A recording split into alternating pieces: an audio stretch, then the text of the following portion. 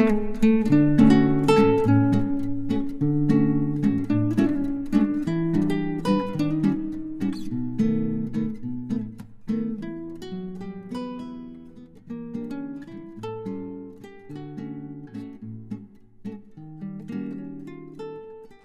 সভ্যতার অর্থনৈতিক বাস্তবতাকে গভীরভাবে বুঝতে চাইলে যে গ্রন্থটির নাম বারবার ফিরে আসে তা হল দাস ক্যাপিটাল, কার্ল মার্কসের যুগান্তকারী সৃষ্টি।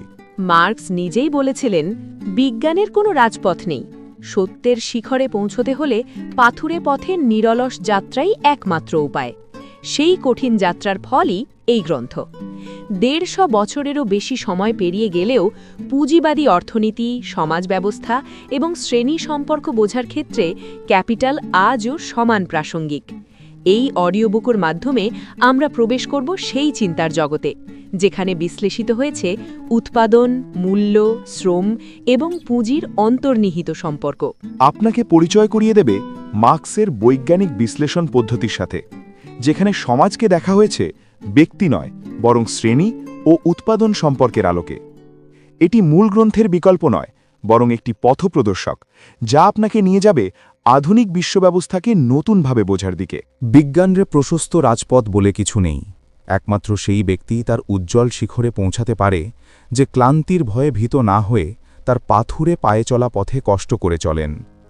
ক্যাপিটালের প্রথম খণ্ডের ফরাসি সংস্করণের ভূমিকায় উদ্ধৃত বাক্যটি মার্কসেরই, প্রকাশক মরিস লাসাত্রকে লেখা চিঠির অংশ। এই অভিজ্ঞতাটাই মার্কসের হয়েছিল ক্যাপিটাল লিখতে গিয়ে। আর তাই এই ১৫০ বছর পরেও অর্থনৈতিক চর্চার ক্ষেত্রে, বৈজ্ঞানিক চর্চার ক্ষেত্রে, সমাজতাত্ত্বিক চর্চার ক্ষেত্রে, রাজনৈতিক চর্চার ক্ষেত্রে সমান গুরুত্ব বহন করছে মার্কসের ক্যাপিটাল। সম্প্রতি এক জরিপে বলা হয়েছে, বর্তমানে সবচেয়ে বেশি বিক্রি হওয়া বইয়ের তালিকায় ক্যাপিটাল অন্যতম। এই ক্রেতাদের একটা বড় অংশেই তরুণ, যারা ভালোভাবে জানতে চাচ্ছে বর্তমান বিশ্ব ব্যবস্থাটাকে। কি আছে মার্কসের ক্যাপিটালে, যার জন্যে ১৫০ বছর ধরে এত আলোচনা সমালোচনা বইটা নিয়ে? অথবা ফ্রেডারিক এঙ্গেলসই বা কেন বলেছিলেন, পুঁজিপতি এবং শ্রমিকরা যতদিন ধরে পৃথিবীতে আছে ততদিনের মধ্যে এমন কোনো বই বেরোয়নি শ্রমিকদের কাছে যার গুরুত্ব আলোচ্য বইটার সমান। ক্যাপিটালে মার্কস মূলত বিশ্লেষণ করেছেন পুঁজিবাদী অর্থনীতিকে এবং উদ্ঘাটন করেছেন তার এমন কিছু গূঢ় বিষয়ে যা নিয়ে বহুকাল যাবৎ বিভ্রান্তি তৈরি করে আসছিলেন পুঁজিবাদী অর্থনীতিকরা।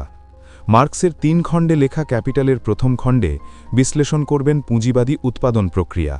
এই খণ্ডেই আলোচিত হয়েছে তার সবচেয়ে গুরুত্বপূর্ণ উদ্ঘাটন, উদ্বৃত্ত মূল্যের তত্ত্ব। দ্বিতীয় খণ্ডে পুঁজির আবর্তন প্রক্রিয়া বিশ্লেষণ করেছেন, আর তৃতীয় খণ্ডে পুঁজি চলাচলের প্রক্রিয়ায় উদ্ভূত মুপসমূহের অনুসন্ধান। প্রথম খণ্ড প্রকাশিত হয় ১৮৬৭ সালে, যদিও তা লেখা শেষ হয়েছিল বেশ আগে। কিন্তু বারবার বিশ্লেষণ, বিষয়বস্তু সম্পর্কে আরও অনুসন্ধান, প্রয়োজনীয় অধ্যয়ন, এসব ক্ষেত্রে মার্কস প্রচুর সময় নিয়ে প্রত্যেকটা বিষয়ে আরও স্পষ্ট করার চেষ্টা করতেন। মার্কসের নিজের কথায়, যতক্ষণ না গোটা ন্যাশান সামগ্রিকভাবে আমার সামনে উপস্থিত হচ্ছে, ততক্ষণ কোনো কিছু পাঠানোর সিদ্ধান্ত আমি নিতে পারছি না।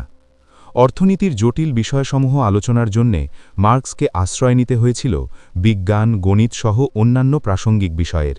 ফলে আলোচনা যে সবার জন্য সহজবোধ্য হয়নি তা অনুমান করা যায়।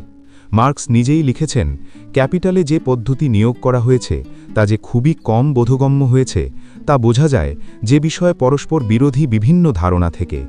এটি প্রথম খণ্ড প্রকাশের কিছুদিন পরের কথা। বাংলা ভাষার পাঠকদেরকে ক্যাপিটালের সাথে একটা প্রাথমিক পরিচয় করিয়ে দেওয়ার চেষ্টা করেছিলেন রেবতী বর্মন। সেই উদ্দেশ্যেই তিনি তৈরি করেছেন এই সহজ সারসংক্ষেপ, যা প্রথম প্রকাশিত হয়েছিল ১৯৩৮ সালে। অসাধারণ পণ্ডিত ছিলেন রেবতী বর্মন। মার্কস বাদে বিভিন্ন বিষয় নিয়ে লেখা তার প্রকাশিত বইয়ের সংখ্যা ২০-এর ওপরে। ক্যাপিটালের এই সংক্ষিপ্ত সারটি পাঠকদের জন্য সাধারণ ধারণা অর্জনে সহায়ক হবে, কিন্তু তা মূল ক্যাপিটালের বিকল্প নয় কখনোই। রেবতী বর্মন লিখেছিলেন সাধু ভাষায়। বর্তমান সময়ের পাঠকদের সুবিধার জন্যে আমরা তা কথ্য ভাষায় পরিবর্তন করেছি, বাকি সবই অপরিবর্তিত রয়েছে। বইটি পাঠকদের মূল ক্যাপিটাল পড়ার ক্ষেত্রে সহায়ক হবে বলে আমরা মনে করি, অথবা তা মূল ক্যাপিটালের মূল বিষয়বস্তুটি পাঠকদের জানতে পারাবে। জাকির হোসেন, বাগেরহাট। মার্কসের বিচার রীতি। হাটবাজারে আমরা দেখতে পাই একটা পণ্যের সঙ্গে অন্য একটা পণ্যের বিনিময় ঘটেছে, অথবা একটা বিশেষ পরিমাণ মুদ্রায় একটা বিশেষ পরিমাণ পণ্য বিক্রি হচ্ছে। একে বলে পণ্যের মূল্যরূপ। প্রতিদিনের এই প্রত্যক্ষগোচর ঘটনার পিছনের রহস্য উদ্ঘাটন মার্কসের আগে আর সম্ভব হয়নি। অ্যারিস্টটলের উত্তর দিতে চেষ্টা করেছিলেন অ্যাডাম স্মিথ এবং রিকার্ডো, অনেকটা অগ্রসর হয়েও সফল হননি। অ্যারিস্টটলের পরবর্তী 2000 বছরে বহু বৈজ্ঞানিক আবিষ্কার ও গবেষণা সম্ভব হয়েছে, কিন্তু পণ্যের মূল্যরূপটির প্রতিদিনের একটি ক্ষুদ্র বিষয় সম্বন্ধে সত্য আবিষ্কার মার্কসের আগে আর হতে পারেনি। এর কারণ কি? মানুষের গোটা দেহটা সম্বন্ধে বিচার ও বিশ্লেষণ যত সোজা, তার মূল ভিত্তি জীবকোষ সম্পর্কে ধারণা তত সোজা নয়। বৈজ্ঞানিক গবেষণা অপেক্ষা অর্থনৈতিক কাঠামো সম্পর্কে বিচার করাটা আরও কঠিন। এর জন্য যেমন নেই কোনো বিজ্ঞানাগার, তেমনি পর্যবেক্ষণ এবং পরীক্ষণের জন্য কোনো অণুবীক্ষণ যন্ত্র অথবা রাসায়নিক প্রক্রিয়া নেই। সামাজিক বিষয়ে যে চিন্তার প্রণালী অবলম্বন করতে হবে তাকে বলা হয় বিমূর্তকরণ বা অ্যাবস্ট্রাকশন। মানুষের শ্রমজাত দ্রব্যের পণ্যরূপ অথবা পণ্যের মূল্যরূপই হল বুর্জুয়া সমাজের অর্থনৈতিক জীবকোষ। এই জীবকোষ থেকেই আমরা বুর্জুয়া অর্থনৈতিক সমাজ কাঠামোর পরিষ্কার ধারণায় পৌঁছতে পারি। মার্কসের বিচারের বিষয় হল পুঁজিতন্ত্রী সমাজের উৎপাদন প্রথা এবং বিনিময় ব্যবস্থা। মার্কসের সময় আদর্শ পুঁজিতন্ত্রী সমাজ ছিল ইংল্যান্ডে। এই কারণেই মার্কস তার বৈজ্ঞানিক মতবাদ গড়ে তুলতে ইংল্যান্ডকেই সাক্ষ্য ও নিদর্শন রূপে ধরেছেন। পুঁজিবাদী উৎপাদনের প্রভাবে বিশেষ একটি সমাজ শ্রেণী সংঘর্ষের দিকে কতটা অগ্রসর হয়েছে তা আমরা বিশদভাবে দেখতে চাই না। দেখতে হবে এই বিশিষ্ট উৎপাদন প্রথার পিছনে যে মূলগত সত্য এবং সূত্র রয়েছে তা কিভাবে অবশ্যম্ভাবীভাবে এবং অপ্রতিরোধ্যভাবে গড়া এবং ভাঙার কাজ করে চলেছে। যে আধুনিক শিল্পের দিক থেকে বেশি অগ্রসর, তার প্রভাব অনুন্নত অথবা অল্প অগ্রসর দেশগুলোর উপর পড়বেই। প্রথমোক্ত দেশগুলোতে যা আজ সম্ভব হয়েছে, অনুন্নত দেশগুলোতেও তা অবশ্যই হবে। যে সমস্ত দেশে সদ্যই শিল্পোন্নয়ন শুরু হয়েছে, সেগুলোর উপর পীড়ন হয় দুই দিক থেকে। নবোত্থিত পুঁজিতন্ত্রের অত্যাচার তো থাকবে, তাছাড়া দীর্ঘায়ু সামন্ততন্ত্রও অবশ্যই মরণ কামড় দেবে। ইংল্যান্ডের মতো দেশে কারখানা শিল্প উৎকর্ষ লাভ করেছে, তাই সেখানে ফ্যাক্টরি আইনের প্রয়োজন অনুভূত হয়েছে এবং অবশেষে তা প্রবর্তিতও হয়েছে। কিন্তু মার্কসের সময় অনুন্নত জার্মানিতে তা সম্ভবপর হয়নি। পুঁজিতন্ত্রের অপরিণত বিকাশের দরুন অনুন্নত দেশের ওপর চূড়ান্ত অত্যাচার হতে থাকে। তাছাড়া সামন্ত যুগের মুমূর্ষ উৎপাদনবিধির নির্যাতনও তাকে সহ্য করে যেতে হয়। এই অবস্থাটাকেই মার্কস বলেছেন, we suffer not only from the living but also from the dead. সকল অনুন্নত দেশই শুধু বর্তমানের চাপেই নির্লিপ্ত হয় না, অতীতের দুঃসহ ভারও তাকে সহ্য করে যেতে হয়। 18 শতকে আমেরিকার স্বাধীনতা যুদ্ধ থেকেই ইউরোপের মধ্যবিত্ত শ্রেণীর জাগরণ সূচিত হয়। 19 শতকে আবার আমেরিকারই গৃহযুদ্ধ শ্রমিক শ্রেণীর মুক্তির ইঙ্গিত দেয়। মার্কসের সময়ে ইংল্যান্ডে সামাজিক ভাঙন খুবই স্পষ্ট হয়ে ওঠে। অচিরেই এর প্রতিক্রিয়া গোটা ইউরোপে অনুভূত হয়। শ্রমিক শ্রেণীর কতখানি বিকাশ হলো তার উপরই এই প্রতিক্রিয়ার সফলতা নির্ভর করবে। কোনো উচ্চ এবং মহৎ ভাবের অনুপ্রেরণা থেকে নয়, আপন শ্রেণী স্বার্থ অক্ষুণ্ণ রাখতে হলে শ্রমিক শ্রেণীর বিকাশের পক্ষে যেসব অন্তরায় রয়েছে, আইনের সাহায্যে তা দূর করা শাসক শ্রেণীর পক্ষে অত্যাবশ্যক হয়ে দাঁড়ায়। তাই মার্কস তার মূল গ্রন্থ ক্যাপিটালে ইংল্যান্ডের ফ্যাক্টরি আইন এবং এর চলাচল সম্পর্কে বিশদ আলোচনা করেছেন, কেননা একটা জাতি অপর জাতির অভিজ্ঞতা থেকে শিক্ষা গ্রহণ করতে পারে। মার্কস কোনো ব্যক্তিকে ব্যক্তি হিসেবে দেখেননি। ব্যক্তিকে তিনি পুঁজিপতি, ভূস্বামী প্রভৃতি রূপে দেখেছেন। ব্যক্তির কাছে তিনি শ্রেণী সম্পর্ক এবং শ্রেণী স্বার্থেরই প্রতীক দেখেন। বিশেষ একটি সামাজিক সম্পর্কের উদ্ভব এবং বিকাশের জন্য তিনি কখনো ব্যক্তিকে দায়ী করেননি। ব্যক্তি হয়তো অন্তরে উচ্চ ভাব পোষণ করতে পারে, কিন্তু অন্তরালে শ্রেণী স্বার্থের প্রভাবই তার উপর কাজ করে। ব্যক্তি প্রধানত তার নিজের শ্রেণীর প্রতিনিধি। অর্থনীতির বিচারে স্বাধীন চিন্তার শত্রু হল ব্যক্তিগত বিত্ত এবং শ্রেণী স্বার্থ। ইংল্যান্ডে চার্চ তার 39 দফা ধর্মানুশাসনের 38 দফার উপর হস্তক্ষেপ নীরবে সহ্য করবে, কিন্তু তার 39 ভাগের 1 ভাগ মুনাফার উপর হস্তক্ষেপ করলে তা সে কখনোই সহ্য করবে না। ধর্মযাজক শ্রেণীর কাছে নাস্তিকতা ক্ষমাযোগ্য, কিন্তু ব্যক্তিগত বিত্তের উপর হস্তক্ষেপ অমার্জনীয়। তা সত্ত্বেও সংরক্ষণপন্থীদের মধ্যে কেউ কেউ চিন্তার দিক থেকে যে অগ্রসর হননি এমন নয়। শাসক শ্রেণীও শিখছে যে সমাজ একটি জড়ভূত নিশ্চল পদার্থ নয়, সমাজ পরিবর্তনশীল এবং প্রতিনিয়ত তার পরিবর্তন ঘটে। 1830 পর্যন্ত জার্মানিতে বুর্জুয়া সমাজ গড়ে ওঠেনি, সুতরাং অর্থনীতি অথবা রাজনৈতিক অর্থনীতির ক্ষেত্রেও তখন পর্যন্ত প্রস্তুত হয়নি। এই বিজ্ঞানটি তখন ধার করে আনতে হতো ইংল্যান্ড এবং ফ্রান্সের কাছ থেকে। জার্মানির অধ্যাপক মণ্ডলীকে তখন স্কুলের ছাত্র ছাড়া আর কিছু আখ্যা দেওয়া হতো না। বহির্বিশ্বে শিক্ষাই তারা নিজের দেশের অপূর্ণ পরিস্থিতিতে কাজে লাগাতে চেয়েছিলেন। 1848 থেকেই জার্মানিতে পুঁজিতান্ত্রিক উৎপাদন প্রথার সূচনা হয়।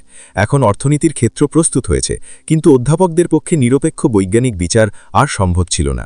যদি কেউ বলে যে পুঁজিতন্ত্রী ব্যবস্থা হল সর্বশেষ উৎপাদন প্রথা এবং এর পরিবর্তন অপ্রয়োজন, তাকে কি বৈজ্ঞানিক বলা যেতে পারে? ক্যাপিটাল পণ্য এখন যেমন সমাজের ব্যবস্থা, চিরকাল তা ছিল না। আদিম যুগের মানুষকে প্রকৃতির সঙ্গে লড়াই করতে হয়েছে অনেক বেশি। এ লড়াই জীবনধারণের লড়াই, জীবিকা নির্বাহের লড়াই। মানুষের হাতে তখন জীবনধারণের উপায় ও উপকরণ ছিল খুবই সামান্য। পশুরা খাদ্য সংগ্রহ করে তার স্বাভাবিক অঙ্গপ্রত্যঙ্গের চালনা দ্বারা, কিন্তু মানুষকে যদি তার স্বাভাবিক হাতিয়ার হাত দুটির চালনা দ্বারাই খাদ্য সংগ্রহ করতে হতো, তাহলে এত মনুষ্য সমাজ ও সভ্যতা কখনো গড়ে উঠত না। মানুষের জীবন পশুস্তরের পর্যায়েই থাকত। খাদ্য আহরণ ও উৎপাদনের জন্যে এই স্বাভাবিক হাতিয়ারই যথেষ্ট ছিল না। প্রকৃতিদত্ত অঙ্গকে সম্পূর্ণ করতে হল হাতে গড়া উৎপাদনের যন্ত্র দ্বারা। অতি প্রথম যুগের এই হাতিয়ার পাথরের তৈরি।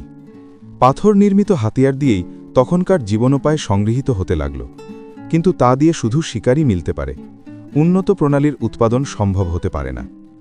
শিকারের জন্য বনে জঙ্গলে লড়তে হলে দলবদ্ধভাবে যাওয়া ছাড়া উপায় থাকত না। এভাবে সামান্য যা সংগৃহীত হতো সকলে মিলে তা ভাগ বাটোয়ারা করে খেত। এই বিশিষ্ট উৎপাদন প্রণালীর জন্যেই খাদ্য তখন ছিল সবার সাধারণ সম্পত্তি। কাজে কাজেই সমাজ কাঠামোও তখন এই বিশিষ্ট ব্যবস্থার অনুরূপ হয়ে গড়ে উঠল। উৎপাদননীতি ও সমাজের গড়ন এমনিভাবে চিরকাল চলল না, রূপান্তর অবশ্যম্ভাবী হয়ে দাঁড়াল। সমাজ প্রগতির ইতিহাসকে কী দৃষ্টিতে বিচার করা হয়?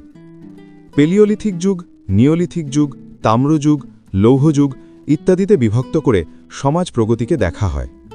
প্রথমটির অর্থ হল প্রস্তর যুগ।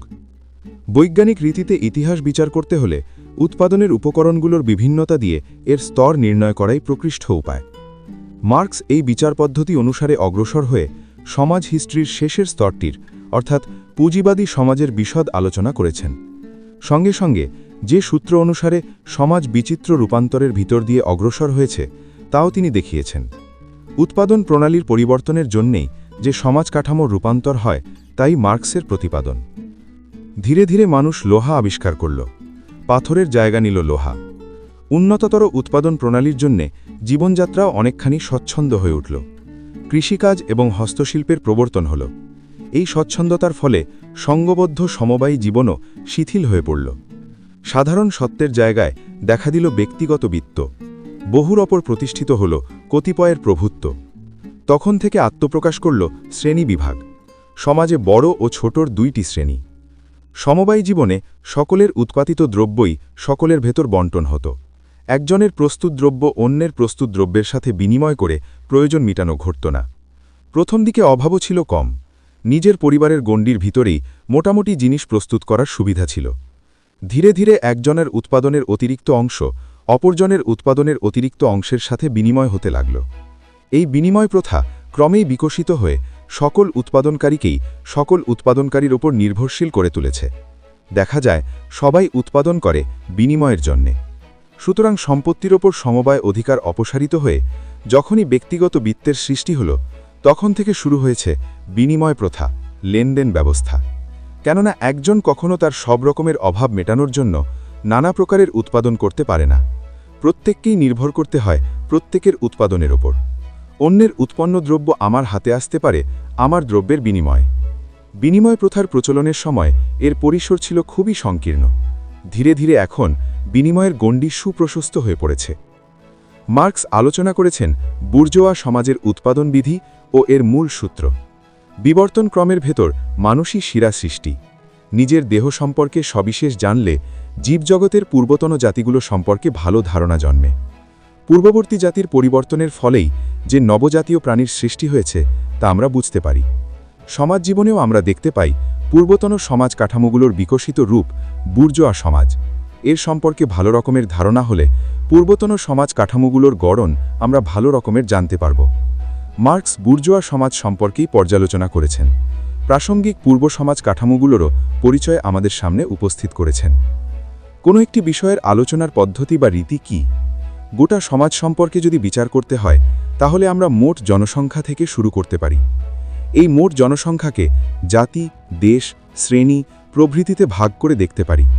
শুধু তা নয়, এদের ভেতরে ব্যবসা সম্বন্ধ, বিনিময় প্রথা, মুদ্রার প্রচলন প্রভৃতি ছোট ছোট ধারণাগুলোতে এসে আমরা পৌঁছাই।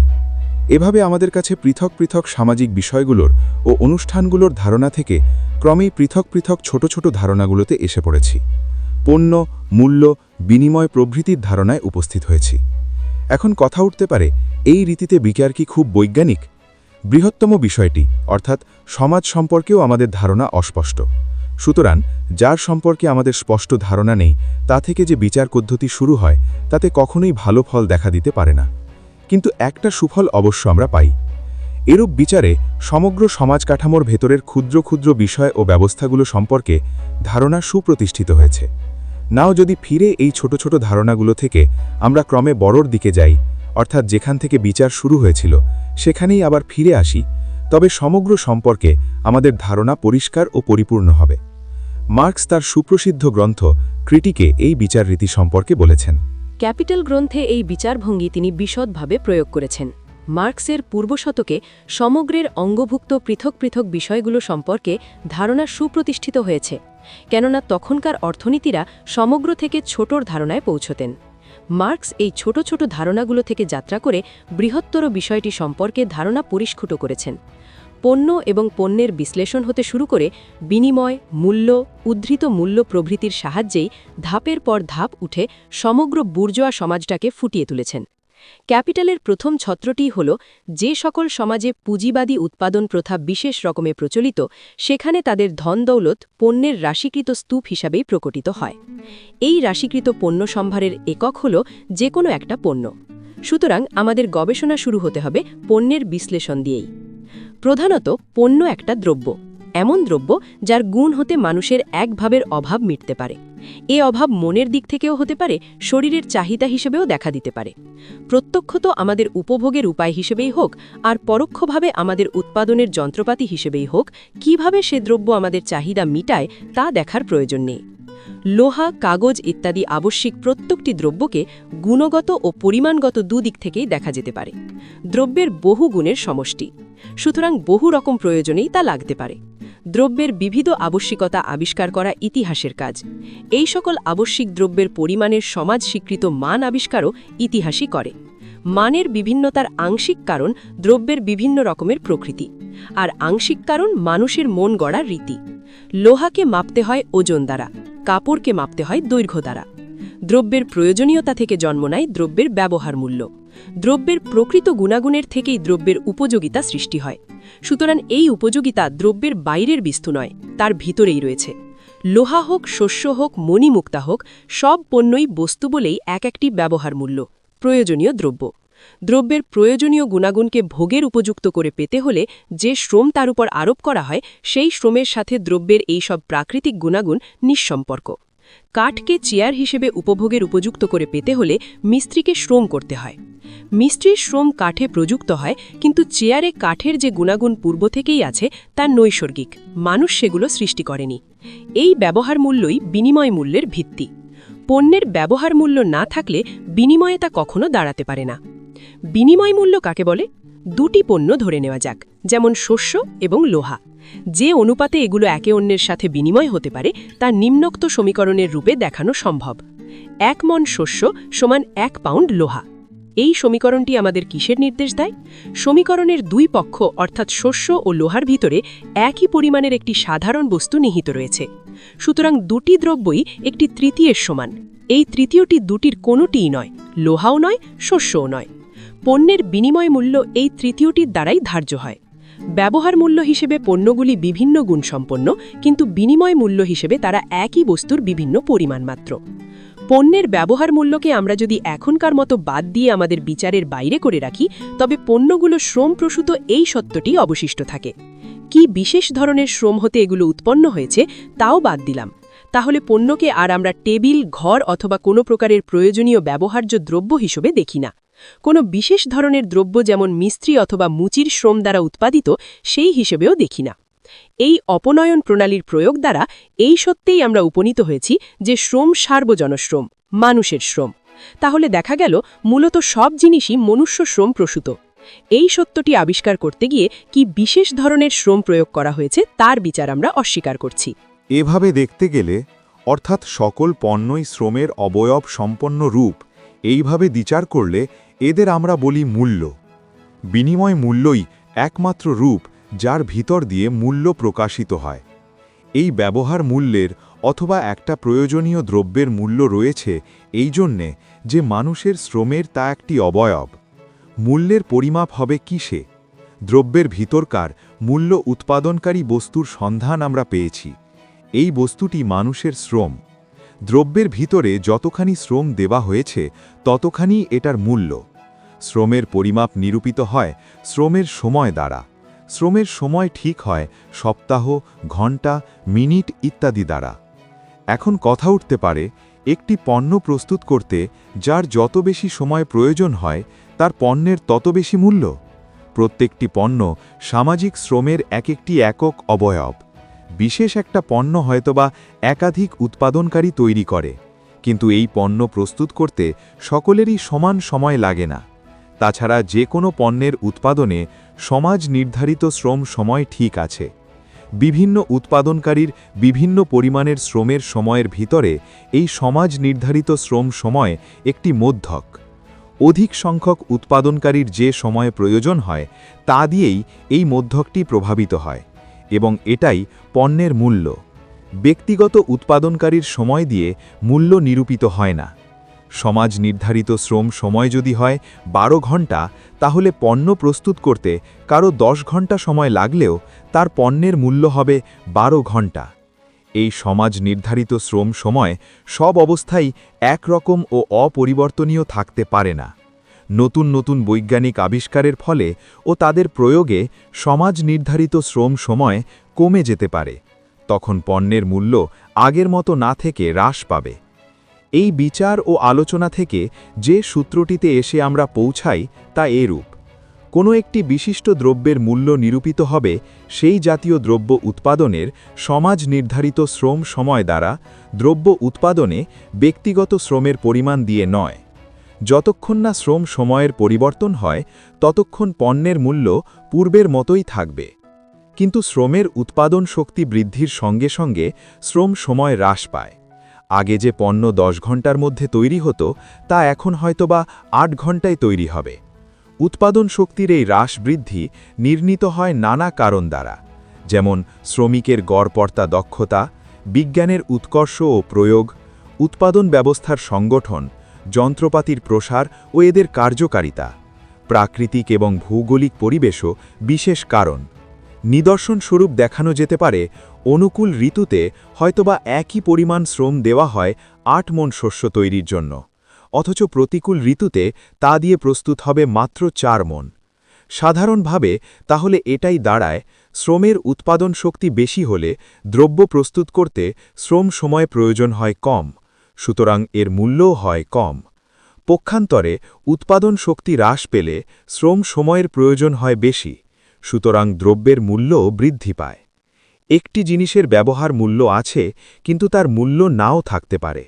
উদাহরণস্বরূপ ধরা যেতে পারে বাতাস, অনাবাদি জমি, মাঠ ইত্যাদি। অন্যদিকে একটি জিনিস শ্রমপ্রসূত হলেও এবং এর ব্যবহার মূল্য থাকলেও তা পণ্য নাও হতে পারে। এইখানে আমরা পণ্যের সংজ্ঞা দেব। দ্রব্য মাত্রই পণ্য নয়। দ্রব্যকে প্রস্তুত করে বিনিময়ের জন্য না পাঠিয়ে যদি নিজেই তা ভোগ করি তবে তাকে পণ্য বলা চলে না। দ্রব্য পণ্যে পরিণত হয় উৎপাদনকর্তার ভোগে না লেগে যখন তা বিনিময়ের মারফতে অপর ব্যক্তির প্রয়োজনে আসে। দ্রব্যের কেবলই ব্যবহার মূল্য থাকলে চলবে না, তার সামাজিক ব্যবহার মূল্যও থাকা চাই, অর্থাৎ অপরের তার জন্য চাহিদা থাকা চাই। অবশ্য ব্যবহারে না লাগলে কোনো জিনিসেরই মূল্য থাকে না। এমন জিনিসে যে শ্রম দেওয়া হয় তাকে বলা চলে নিষ্ফল শ্রম। সব পণ্যেরই একটি সাধারণ মূল্য রূপ আছে। এখানেই আমাদের কাছে একটি সম্পাদ্য উপস্থিত হল। এর সমাধানের জন্য বুর্জুয়া অর্থনীতিবিদেরা মোটেই চেষ্টা করেননি। এই সাধারণ মূল্যরূপটি পণ্যের মুদ্রারূপ। এখনকার সমাজে আমরা দেখি সব পণ্যই মুদ্রার সাথে সমীকৃত হচ্ছে, অর্থাৎ পণ্যের সাথে পণ্যের বিনিময়ের পরিবর্তে বিনিময় হচ্ছে পণ্য ও মুদ্রায়।